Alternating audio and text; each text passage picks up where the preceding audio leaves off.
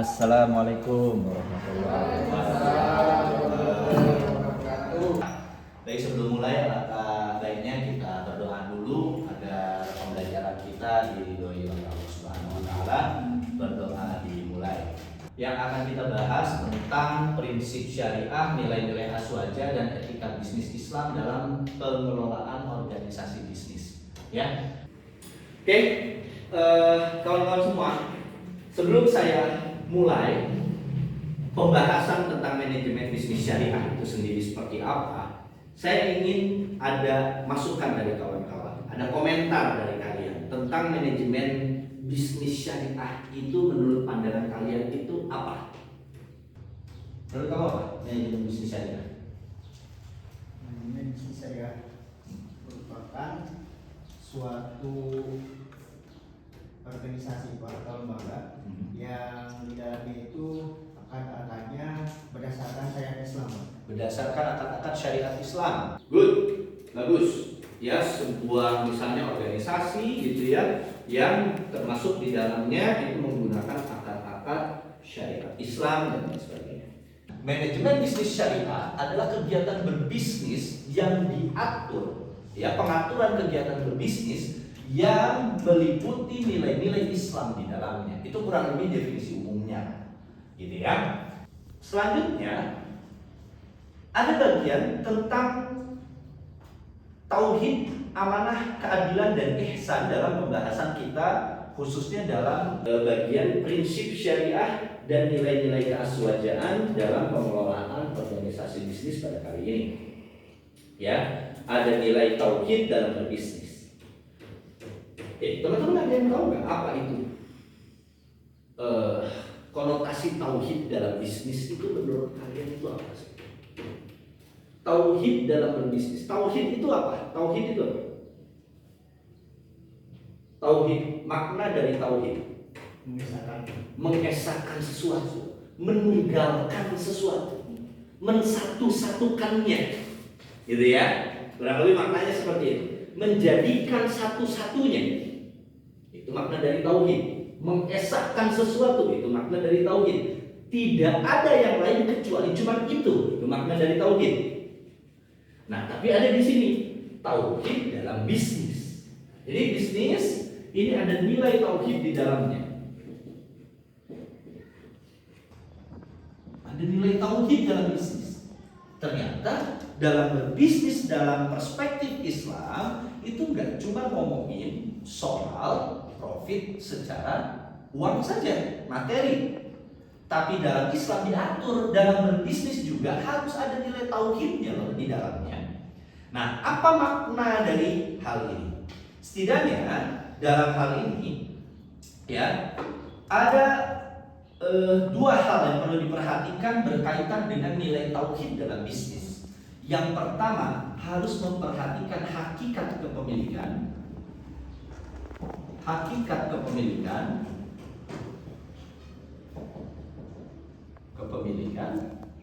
Dan yang kedua adalah kesatuan misi atau unity.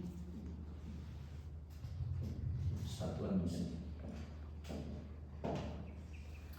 Oke, kita bahas dulu yang hakikat kepemilikan. Apa maksudnya makna tauhid dalam bisnis? Kita taunya tauhid dalam ibadah, ya tauhid dalam sholat, tauhid dalam mengesahkan Allah, tauhid dalam beribadah. Ya kita taunya dalam hal itu. Artinya kita nggak boleh sholat atau sujud kepada selain Allah. Oke. Berdoa, tauhid dalam berdoa, nggak boleh kita berdoa kecuali hanya kepada Allah saja, kan begitu ya. Nah, tapi ada makna tauhid dalam bisnis. Ada nilai tauhid dalam bisnis. Maksudnya apa? Yang pertama, hakikat kepemilikan. Artinya kita meyakini betul bahwa segala sesuatu dalam hal berbisnis, kepemilikan barang, kepemilikan modal, bahan baku, termasuk uang, ya materi, ya ataupun sumber daya manusia, ataupun misalnya sumber daya pendukung lainnya, gedung, mobil, motor, segala macam, itu adalah hakikatnya milik Allah, bukan milik kita. Sehingga dalam hal ini ketika seorang muslim melakukan kegiatan kebisnisannya, ya melakukan kegiatan kebisnisannya, kalau dia menyadari betul nilai tauhid dalam menjalankan bisnisnya, maka dia secara sadar meyakini bahwa segala macam kegiatan bisnisnya ini hakikat kepemilikannya itu adalah milik Allah. Yang kedua, ada makna kesatuan misi atau unity, ya, menegaskan integrasi utuh tanpa dikotomi antar aspek spiritual atau ibadah dengan aktivitas duniawi. Setiap transaksi keuangan dipandang bernilai ukhrawi dan terekam sebagai bagian dari ibadah sosial. Artinya, segala macam kegiatan perekonomian, mau transaksinya, mau kita nyari bahan bakunya, mau strategi marketingnya, itu semuanya dalam satu ikatan penuh bagi seorang muslim, ya, menjadi satu ikatan penuh, tujuannya cari ridho Allah, nggak terputus. Ya, berbeda nih kita dengan orang-orang yang memisahkan antara kehidupan duniawinya dengan kehidupan akhiratnya. Oh, kalau kita berpolitik nggak usah deh ngomongin agama. Oh, kalau kita berbisnis nggak usah deh ngomongin atau masukin nilai-nilai agama. Kita nggak begitu. Orang syariah dalam segala aspek kehidupannya, mau dia bisnis, mau dia politik, mau pendidikannya, itu aspek agama masuk semuanya ke situ.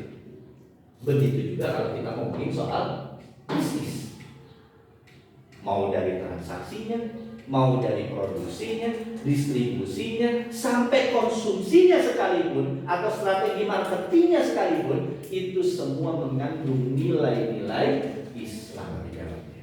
Bismillah teman-teman, hari ini kita akan mengadakan presentasi, ya, berkaitan dengan etika bisnis, ya, nilai keislaman dalam bisnisan Islam, khususnya dalam koridor manajemen bisnis syariah. Seperti biasa kawan-kawan, nanti kawan-kawan yang di depan akan presentasi dan saya harapkan keaktifan dari kawan-kawan semua untuk bertanya pada pemateri terkait dengan materi yang dipresentasikan, ya. Dipersilakan kelompok yang di depan. Tema yang akan kami bahas adalah etika bisnis dan tata kelola syariah. Tema ini sangat penting karena etika bisnis dan tata kelola syariah merupakan fondasi utama dalam menjalankan kegiatan usaha yang tidak hanya berorientasi pada keuntungan, tapi juga menjunjung tinggi nilai-nilai syariah. Sini saya akan menjelaskan mengenai tauhid sebagai fondasi bisnis. Nah, sebelum itu teman-teman pasti sudah tahu ya, apa sih itu tauhid? Tauhid itu merupakan keyakinan mutlak kepada keesaan Allah Subhanahu wa taala. Dalam bisnis, tauhid bukan sekedar konsep spiritual, tetapi landasan operasional dan etika yang mengubah aktivitas ekonomi menjadi ibadah. Bisnis berpotensi tauhid berorientasi pada pencarian keberkahan dan ridho Allah Subhanahu wa taala. Nah, di sini ada dua macam ya yang dimiliki oleh suatu perusahaan, yaitu tauhid. Yang pertama yaitu sebagai hakikat kepemilikan. Yang kedua ada kesatuan visi atau utility.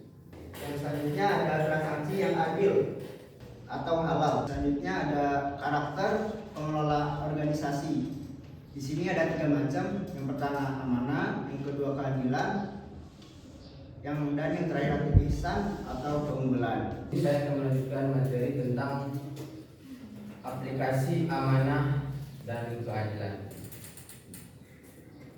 Operasionalisasi nilai amanah dan keadilan terwujud nyata dalam hubungan ketenagakerjaan dan tata niaga yang bersih. Nah, yang pertama itu ada namanya keadilan upah karyawan. Nah, di mana keadilan upah karyawan ini memberikan hak kompensasi yang layak dan tepat waktu, diprioritaskan sebelum keringat mereka kering. Selanjutnya kita memasuki sesi tanya jawab. Bagi teman-teman yang ingin mengajukan pertanyaan, persilakan mengangkat tangan dan sebutkan nama sebelum menyampaikan pertanyaannya. Baik, silakan. Izin bertanya, perkenalkan nama saya Muhammad Fauzi. Ingin bertanya mengenai ini ya. Jadi dalam ekonomi modern ini perang harga itu sering banget ya dianggap strategi bisnis yang wajar ya. Namun jika strategi tersebut menyebabkan usaha kecil gulung tikar dan pasar dikuasai oleh segelintir perusahaan, apakah praktek tersebut masih sejalan dengan nilai keadilan dan kemaslahatan dalam etika bisnis Islam atau tidak? Sekian, terima kasih. Oke, baik, terima kasih atas pertanyaannya. Nah, di sini hasil diskusi dari kelompok kami tadi yaitu tentang praktik tersebut masih sejalan dengan nilai keadilan dan kemaslahatan. Sebetulnya perang harga tidak otomatis bertentangan dengan etika bisnis Islam. Jika lahir dari efisiensi dan persaingan yang sehat, ia dapat membawa manfaat. Namun ketika digunakan sebagai alat untuk menyingkirkan pesaing, memusatkan kekuatan pasar, dan mengorbankan kemaslahatan jangka panjang perusahaan, praktik tersebut sulit dianggap sejalan dengan nilai keadilan. Oke, baik kawan-kawan ya. Tadi kita sudah menyampaikan materi tentang manajemen bisnis syariah, etika bisnis, nilai-nilai aswaja. Lalu setelah itu tadi juga ada kawan-kawan kita yang maju ke depan yang menerangkan juga soal etika bisnis dan yang lain sebagainya.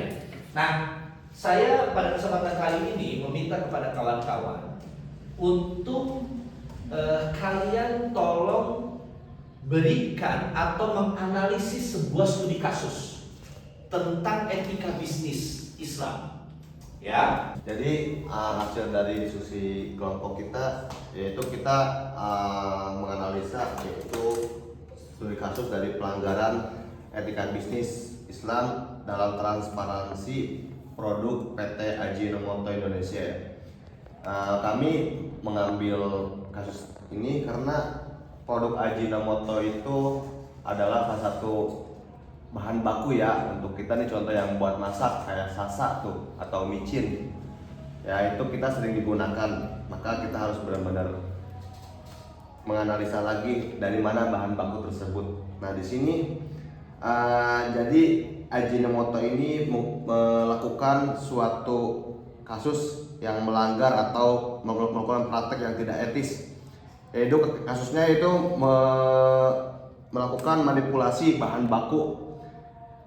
Jadi perusahaan tersebut menggunakan enzim yang mengandung bahan yang tidak halal atau bahan dari hewan yang diharamkan oleh agama Islam, yaitu babi, dalam proses produksi MSG-nya. Nah, jadi pelanggaran tersebut yaitu melanggar prinsip transparansi, tanggung jawab sosial, dan hak konsumen untuk mendapatkan produk yang halal dan aman. Nah, dampaknya yaitu penarikan produk massal, kerugian finansial yang masif, dan rusaknya kepercayaan publik. Mungkin segitu. Oke, baik kawan-kawan semua, terima kasih banyak.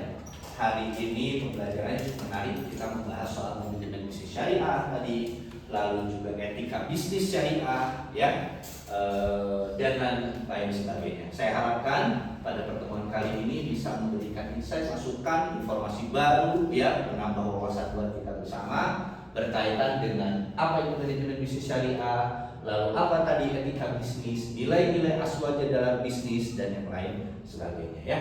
Baik, sebelum kita tutup, mungkin saya akan absen dulu, ya. Siapa yang tidak masuk ataupun yang masuk nanti tolong dikasih tahu, ya. Baik, Jumri, ada Jumri? Jumri sakit, Pak. Sakit? Iya. Lulu, Nur? Oke. Asti?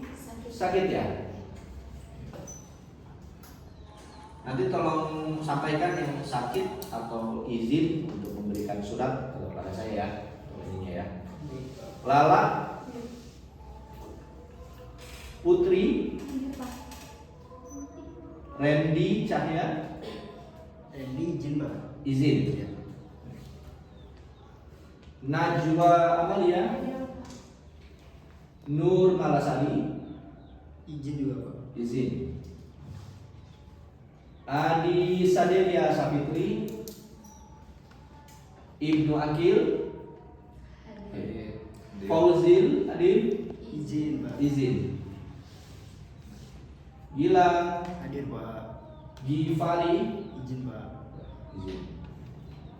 Tiara,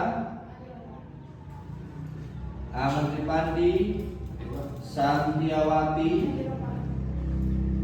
Salsabila, Rizky sakit Pak. sakit ya, Fauzi, Hana. Baik, demikian saja teman-teman. Semoga yang kita pelajari hari ini bermanfaat, menjadi tambahan amal kita bersama. Terima kasih untuk perhatiannya pada hari ini. Kita akhiri. Subhanaka Allahumma wa bihamdika asyhadu an la ilaha